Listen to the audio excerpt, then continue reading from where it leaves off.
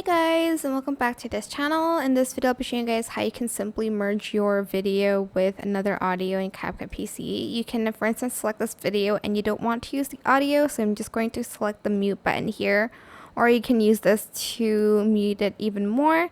Then I'm just going to go to the audio section here, and I'm going to add the song, for instance, and I kind of want to merge them together. So for instance, I want to take this part and this part of the audio, I can't really play it, and I want to merge them into one clip, like one whole clip.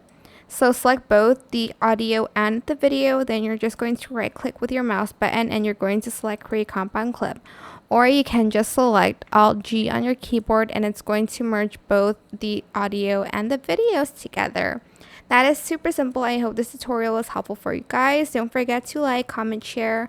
Also subscribe to this channel if you haven't done that already. If you have any more questions, just leave it in the comment section down below. I will try my best to answer them all for you guys. And if you found this video helpful, please click the thanks button above the description box down below. Thank you so much for watching. Bye!